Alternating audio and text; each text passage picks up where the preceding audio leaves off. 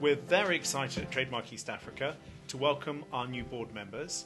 The board's composition is a real reflection of the huge talent in East Africa and draws very much on leading business people around the region.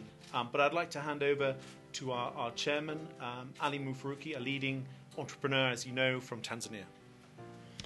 Thank you, Frank, and good afternoon to all of you. Thank you for attending this event. The board, in terms of size, is 11 strong. In terms of diversity, we have tried, after a very rigorous process that was preceded by a very lengthy and extensive review of our governance policy within Trademark. I think that through you guys in the media, we hope to reach each and every East African, make sure that we get feedback from them on our work, if they are feeling the impact, if it's good enough, if we need to improve on it. We will need you to tell us and to communicate those views to us. So with those few words, I thank you and welcome any questions you may have to me, Frank, and my fellow board colleagues. Until now, TMEA had a different governance framework. It had a statutory board of directors, which were provided by a service organization that's outside Trademark East Africa. But also it had a program investment committee, which was made up of donor representatives who were joined halfway through its first phase by 3 independent members of program investment committees that were making decisions on resource allocations, but also program evaluation and monitoring, and so on, and also engaging with governments. Ali, you talked about the role of our donors. They're really taking up a role now that's far more really akin to what they really are, which are shareholders. And I think that's important. So alongside the formation of the new board, which we're really excited about as management, also our donors are going to form really an investor group, a shareholder group known as the Council, Trademark Council.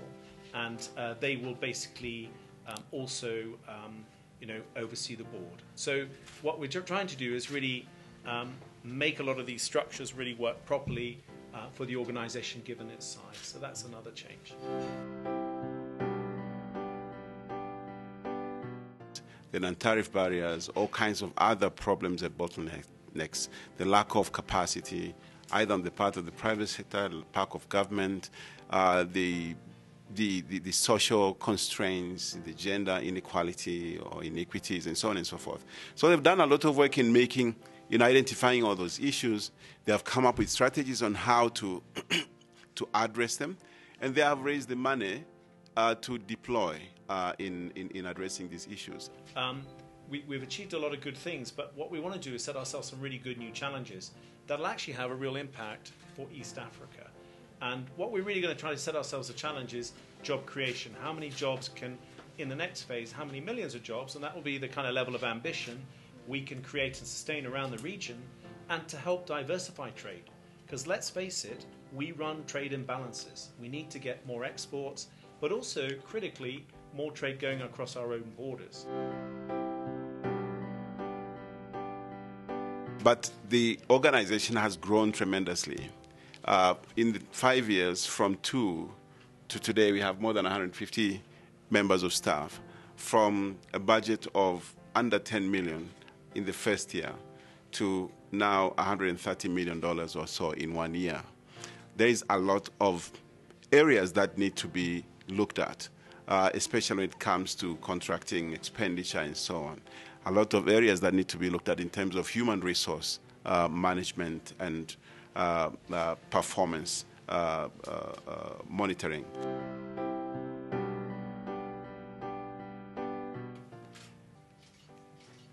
And this is very important because people do read from the media and they form opinions and views. I do not think that the 2 ports are in competition.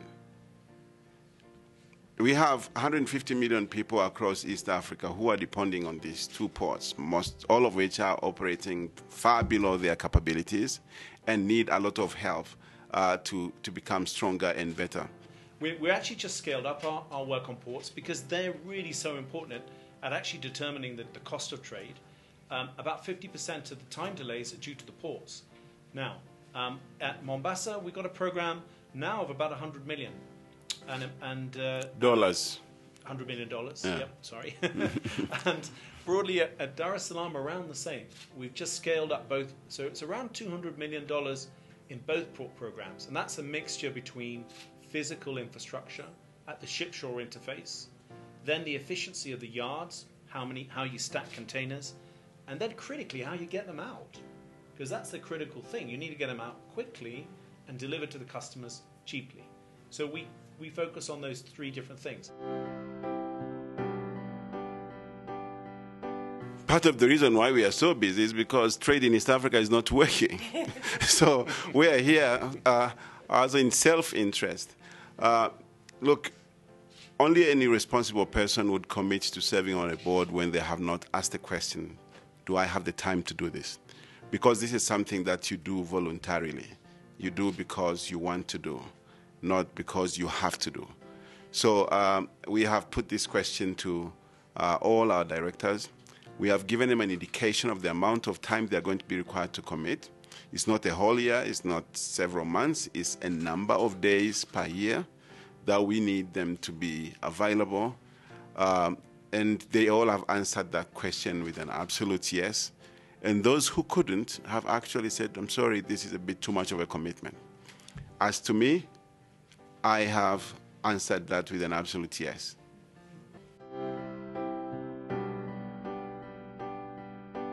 So I think the future looks bright. Already, looking forward, we have commitments of 150 million already in the bag. Obviously, we need to do more fundraising, but we've got great support. We'll also be looking to look at new forms of finance for the work that we do. Well, the kind of challenges that are faced with trade, usually it takes a long time to get goods backwards and forwards from where they're manufactured or being imported.